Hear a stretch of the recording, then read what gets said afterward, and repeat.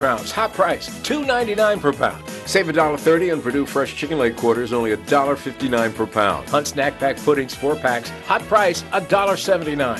ShopRite fresh frozen fruit, 12-ounce bag, only $2.99. Your choice of any fresh pet, refrigerated pet food, 20% off. All stores open Monday through Saturday until 10 p.m. and Sunday, 9 a.m. to 7 p.m. for your shopping convenience.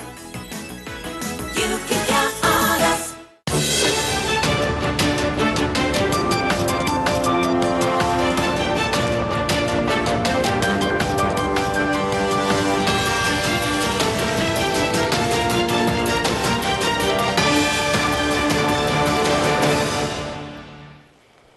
You're watching Bermuda Tonight. It's Wednesday, April the 3rd, 2019. I'm Diane Brewer, and thank you for joining us. Topping our news, child sex offenders should be forced to register with local authorities even if their crimes were committed outside of Bermuda. That's the view of child sexual prevention charity SCARS, who reacted to the news that a Bermudian man, Andrew Charlton, the son of former politician Ray Charlton, was sentenced to 2 years probation after pleading no contest to possessing child pornography in the U.S. state of Rhode Island. 32-year-old Bermudian man Andrew Charlton was convicted and sentenced to probation for possessing child pornography on his laptop computer in Rhode Island, where he resides. According to the report in the Gazette, he was sentenced to 2 years probation last month for having over 1,000 images of the sexual exploitation of preteen children and some involving toddlers.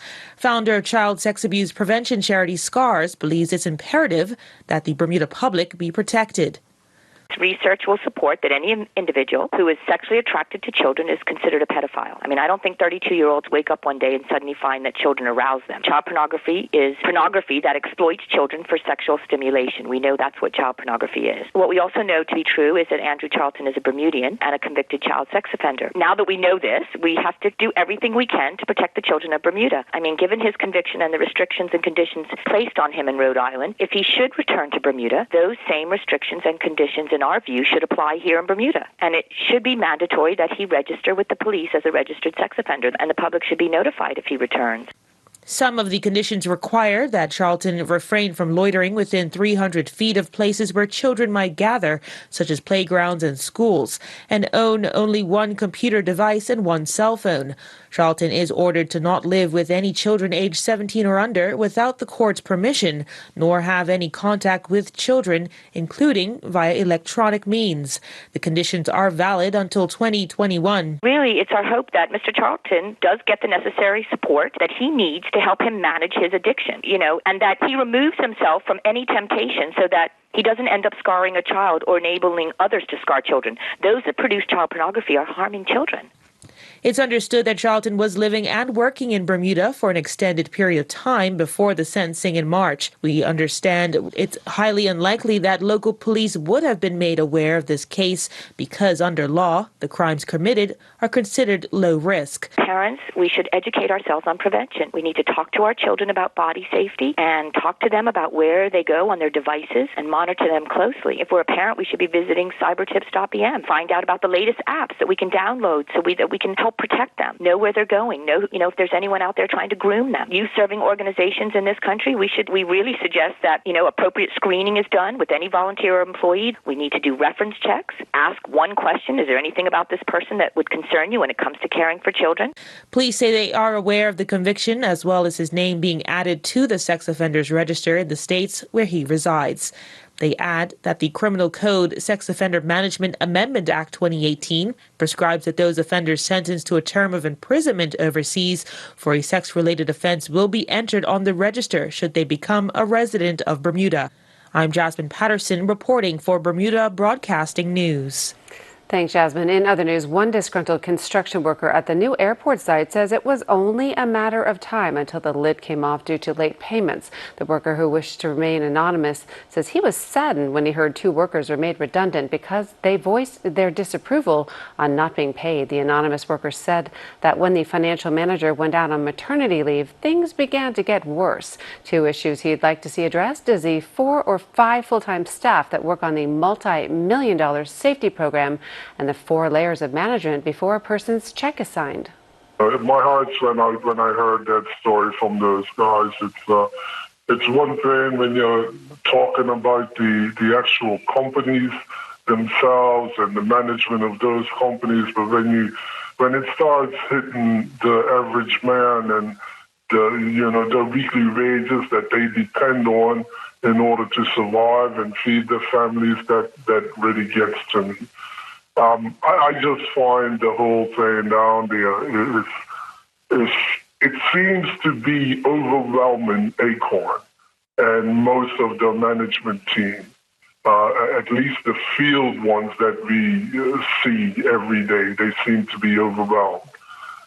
This thing with not getting paid, you hear it more and more every day, and it's just not a week or two. Some people are going back as far as 7 weeks and 5 weeks and that sort of thing. It's just getting out of hand. I think this thing's going to get worse before it gets better.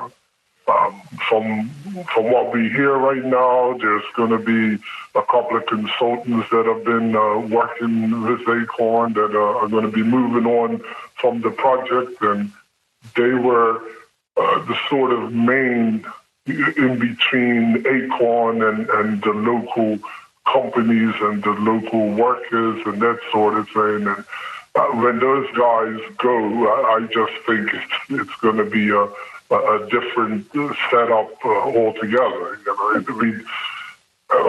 I don't know. It's a certain level of respect that's just not there. But if we keep it just on the payment things, sometimes it's simple things that stop these payments from being processed, but they all pushing on each other. And there's such a long line between the actual timesheet going through the senior project manager on the site, going up through whatever lines. I mean, every time you call somebody about a situation, they pass you on to someone else. So this is not my department. It's this person. So you're calling them. Some of them, the concern just doesn't seem to be there. I don't know what's ever happened to a good old-fashioned contract. You do a portion of work, it's spelled out. You have a set date that you're going to be paid on, and that's done. And everybody, the system works. But for some reason, it's getting really complicated down there, really complicated. And as you can see, it's finally starting to come out. I predicted that this would happen for some time now.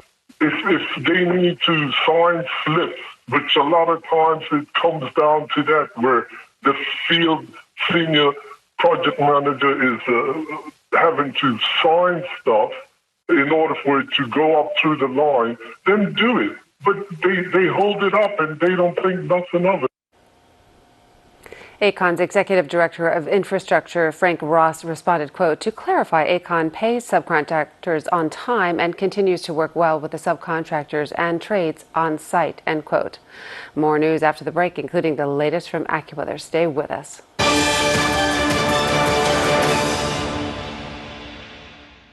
Wednesday, the 24th of April, Michael Ramsden returns to Bermuda, accompanied by fellow Christian apologists Alicia Wood and Vince Vitale, also of the Rabbi Zacharias International Ministries. Once again, we tackle the mysteries and misconceptions arising from the Christian worldview. Has Christianity failed? Where is God in suffering? And why believe in fairy tales? Plan to attend this fascinating forum at the Mid-Ocean Amphitheater on the 24th of April at 7:30. Free tickets at ptix.bm.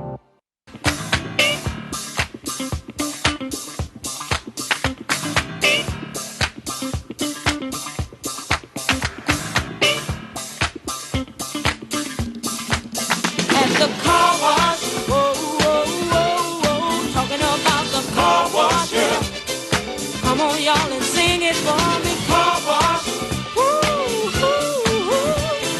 Car wash, yeah.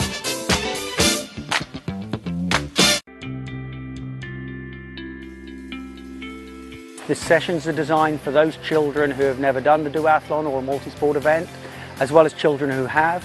They're great fun sessions. This is a great facility we have up here in Bermuda. So I would encourage everyone to come out and try. It's free, it's fun, and there's lots of experienced people to help you up here.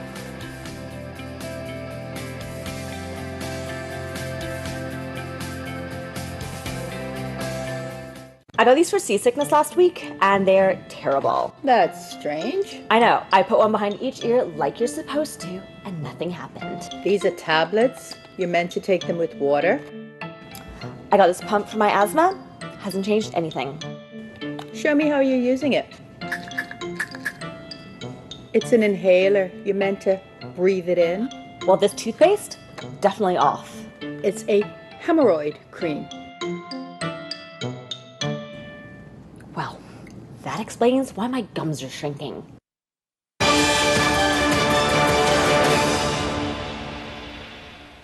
A female passenger on board a JetBlue flight today has died around 12:55 a.m. today. Emergency personnel went to the LF Wade International Airport in response to a flight diversion to Bermuda after a reported medical emergency. The flight originally departed Barbados en route to New York, but was diverted to Bermuda after a 63-year-old woman became unresponsive during the flight.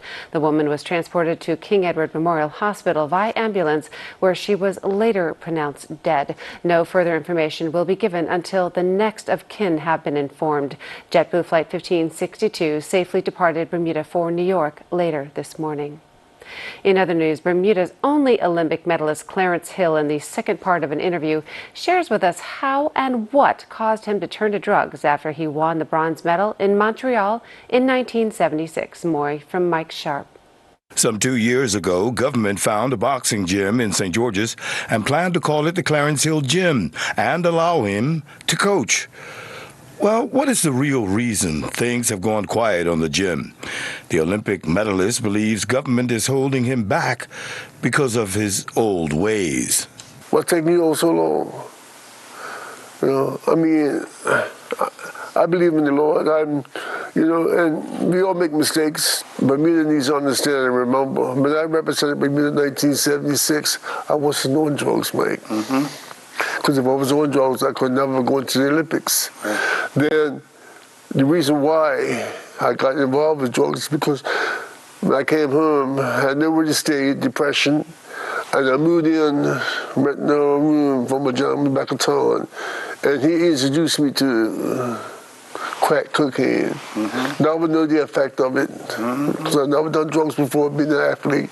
I tried it, Mike, and I got hooked. So what you're asking is that government and the people of Bermuda put that behind you. Everybody, nobody's perfect. Nobody's perfect, Michael. Nobody's perfect. If you are there, hey, because there was one perfect man in the world, as far as I knew, and they killed him. That was Jesus. They killed him. So what chance do we stand, right? We reached out to the Youth and Sports Department, but have received no feedback. I'm Mike Sharp with Bermuda Broadcasting News. Thanks, Mike. Well, turning to weather news, clouds and showers today, but much sunnier, beautiful conditions on the way. Let's get the details from AccuWeather headquarters. AccuWeather is presented by BF&M Insurance Group. We now go to AccuWeather headquarters. This AccuWeather forecast is brought to us by the BF&M Insurance Group, and we say goodbye to the recent front. You can see this little stripe of clouds, a little more evident to the northeast, where there are taller clouds that have colder cloud tops, more evident here on the infrared satellite loop. And that front, that boundary, is beginning to move away to the east. So any spotty showers are going to be moving away. By the way, if you're a weather fan and maybe you visit the Bermuda Weather Service website, you may have noticed that there's an announcement there. The radar is going to be offline for a period of time as they're doing a major radar renovation. In fact, a new radar is being installed. So you're going to have newer technology in time for hurricane season this summer. But in the meantime, there will not be regular radar data as the operation is in progress and in process. We're at 68 degrees across the island right now. Humidity is around 85%. Winds west at 12 to 24 knots. A little bit of variability with the wind speed, but we're dealing with water temperatures pretty much matching the air temp, around 68 degrees, 67.6 technically the last report. On the inside, we have 2 to 3 foot waves. On the outside, there are 6 to 10 foot wave heights. So late this evening through tomorrow morning through tomorrow afternoon, small craft warnings are in effect once again, so the boaters are going to get knocked around a bit on the waves. Be careful out there. High tide tonight at 8:34. Waves remain high and significant through low tide at 2:56 a.m. Another rocky time on the boat there. High tide at 8:54 a.m. into Thursday, and then low tide around mid-afternoon, with the small craft warning remaining in place through that time frame. Tonight, breezy out there, partly cloudy, not much of a chance of rain, intervals of sun and some clouds tomorrow. Temperatures awfully similar to where we are right now, around 68 degrees. As we look at futurecast, the front that we recently had move through the area will continue to move away, and there will be high pressure that just kind of saunters across the northwestern Atlantic. That'll pass to our north. There's the center of it, well off to our north, but that will pave the way for some relatively quiet weather despite the wind. There will be a bit of a breeze, keeping things choppy, and then things will kind of decelerate there when it comes to the wind speed into Friday. Friday, a little quieter and better boating weather will follow. Into the current conditions we go with scattered showers down into Jamaica and Barbados. Trinidad looking good there into the Windward Islands. And into eastern North America, it's a cool spring day in Toronto. Pleasant spring day into New York and Boston. The snow is gone from Maine, pulling away to the east, and Atlanta back up to 74. Miami showers and 80. London, a cooler day there into the United Kingdom with some spring showers and temperatures stuck around 9 Celsius or around 48 Fahrenheit. As we look at the extended forecast, we are in great shape for the next couple of days when it comes to the weather over land. A little concerned about the waves, though, for Thursday. Into Saturday, scattered showers and thunderstorms will accompany the next system, and behind that will dry out pretty well. Temperatures will be in the low 70s, a little warmer Sunday and Monday. Back to you. AccuWeather was presented by BF&M Insurance Group.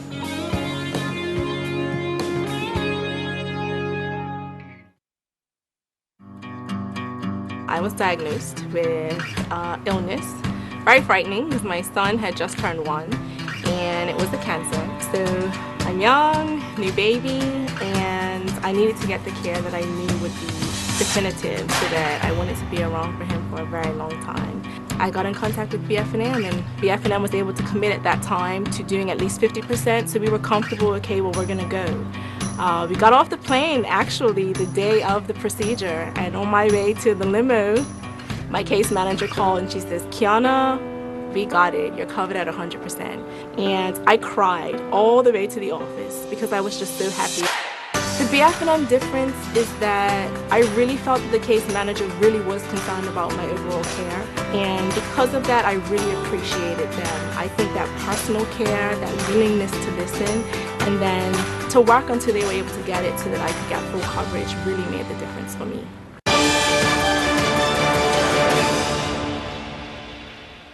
And you're watching the Wednesday edition of Bermuda Tonight. Well, are you trying to dodge a speeding ticket? How about fudging your age? If you are, there could soon be fewer places to hide. Blockchain technology promises immutability, a history of transactions that can't be altered. Tony Waterman recently caught up with a startup looking to put your data on the blockchain.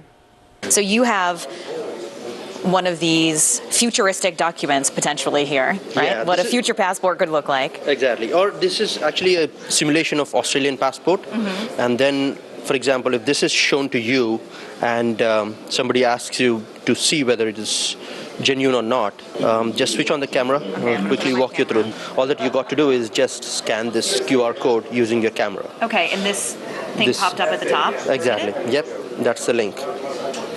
So that is taking you to the verification page where it's trying to check what is the document that is stored at the time of creation. And if this document is created by us, like in terms of Australian government, then you get to check to continue this. Yep.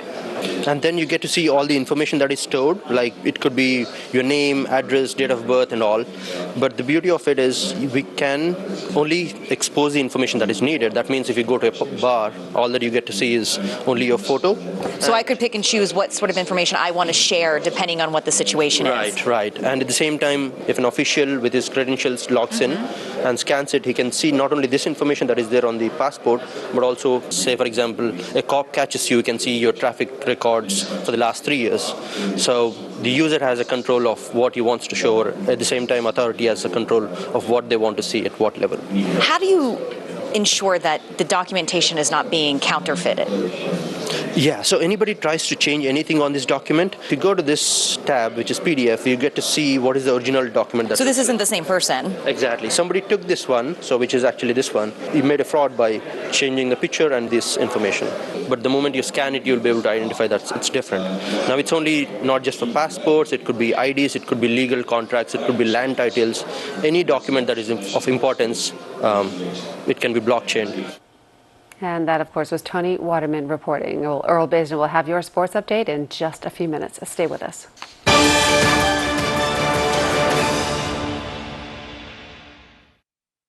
I close my eyes and I can see the world that's waiting up for me, that I call my own. I don't care, so call me crazy. We can live in a world that we design.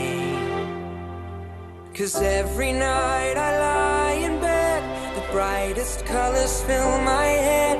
A million dreams are keeping me awake. Over time, your mattress goes through a lot. That's why at Dreams, our experts recommend you replace your mattress every 8 years for a better night's sleep. Replace every 8 years and sleep better with Dreams. For the world we're gonna make. Made with care, handled with care, delivered with care. Now that's what dreams are made of.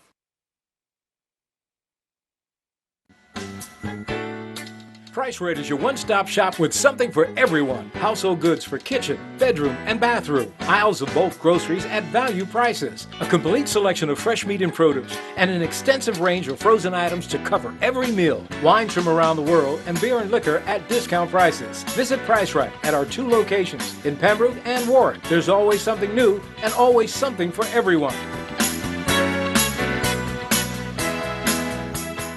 At Argus, our interest is you. Each of you. Around here, we know that when 2 people seem the same, they can have very different insurance needs. For their health, home, work, and future.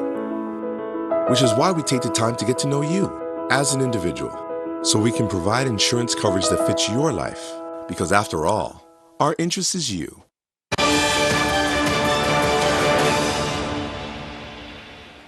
Time for sports now. Bermuda youngsters continued competing in the Barbados Junior Tennis Tournament. Jillian Teixeira was back in action competing in Belgium, and Lewis Cooper helped St. Mary's College of Maryland sailing team finish second. Earl Basin has tonight's sports package.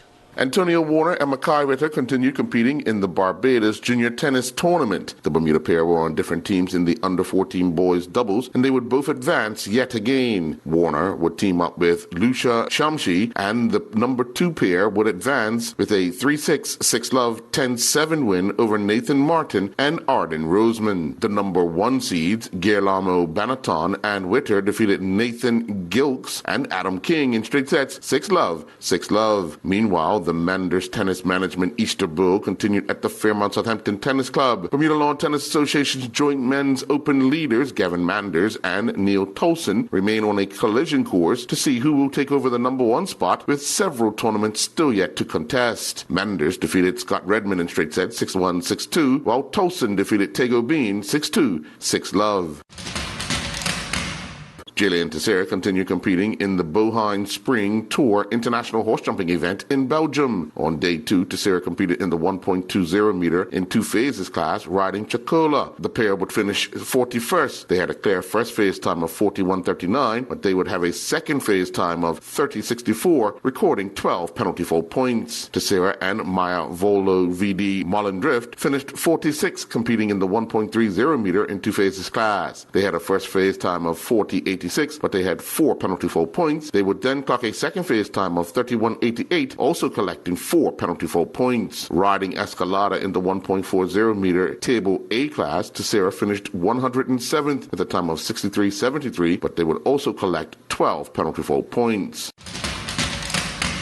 After a long day at the courts, where Bermuda started the day with a shooting competition, the Jean-Pierre Under-16 netball tournament in Antigua and Bermuda continued. The Bermuda team had to hang around as they would face off against the host in the last match of the day. Bermuda went into their fifth match of the tournament against the host, knowing they would bring high energy in hope of winning their first match. However, Bermuda had other plans. Antigua and Barbuda had a point to prove, and at the end of the first quarter, Bermuda held a slim 4-2 lead. The teams continued to battle through the second quarter in what appeared to be a seesaw event as they went to the break with Bermuda holding an 8-6 lead. Bermuda would make some technical changes in the third quarter, and at the end of it would lead 12-11. After firm talking to Bermuda, it finally shifted gears and played their game in the fourth quarter. Bermuda would make interception after interception, taking control of the match and allowing Antigua and Barbuda to only score 2 points to finish the match, winning 25-13. The win would register Bermuda their second win of the tournament.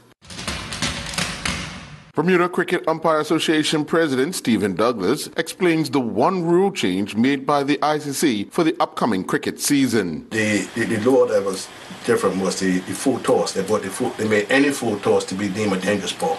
Okay. And a lot of amateur clubs, like domestic clubs like us and countries around the world, complained to AMCC that that's okay for testing, because that's what they do for a living. Mm-hmm. But they got a young builder trying to build a break. Right. There's going to be some full tosses. Right. Right. Which we looked at when it first came out, but we couldn't change the law.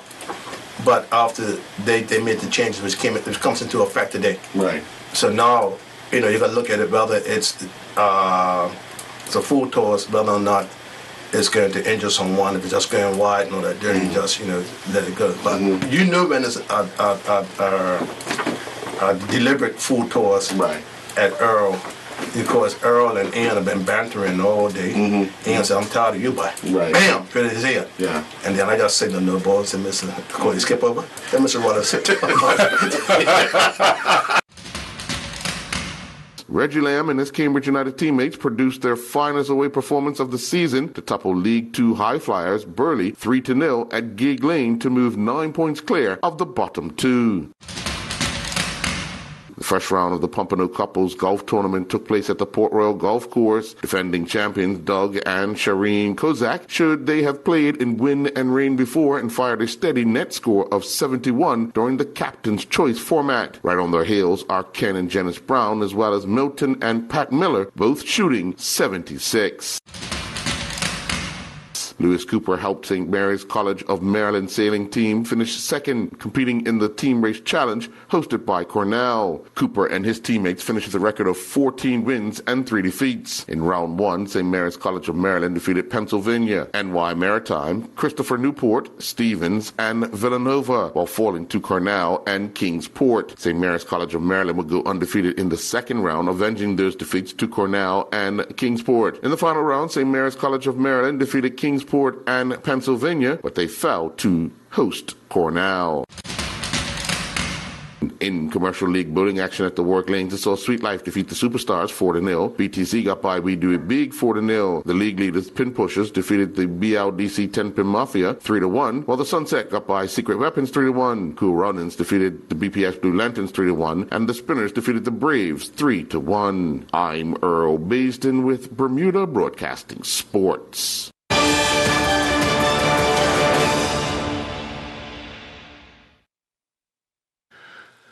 Dr. Kato found out that I have a tumor in my liver, and he told me that I have to go through a surgery.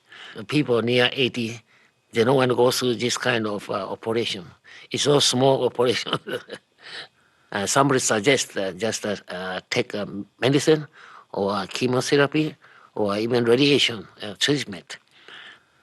But, Dr. Kato said that if I didn't go through surgery, maybe I cannot live more than 1 year.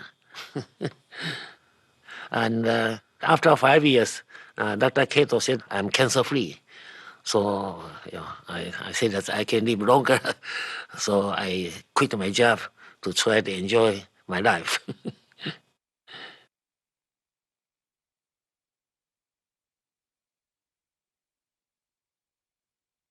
You can count on us. Sweet Eating Cantaloupes, hot price 2 for $5. Fresh certified Angus beef, top sirloin steak, $8.99 per pound. Old Time Honey Wheat sliced bread, 20-ounce loaf, hot price $4.49. Wholesome Pantry almond milk, 64-ounce carton, hot price $4.59. Family size 24-ounce Kellogg's Frosted or cornflakes or Raisin Bran cereal, hot price $7.99. All stores open Monday through Saturday until 10 p.m. and Sunday, 9 a.m. to 7 p.m. for your shopping convenience. You can count on us. I'm Tony Waterman. Coming up on The Breakdown this week, disrupting the insurance industry. Amazon, Google, Apple, and Facebook are dipping their toes ever more deeply into the industry. So what will that mean for legacy players? Plus, insurtechs in Bermuda. Will they or won't they be able to crack into the reinsurance sector? Those stories and more Thursday at 8 p.m. on ZBM TV 9.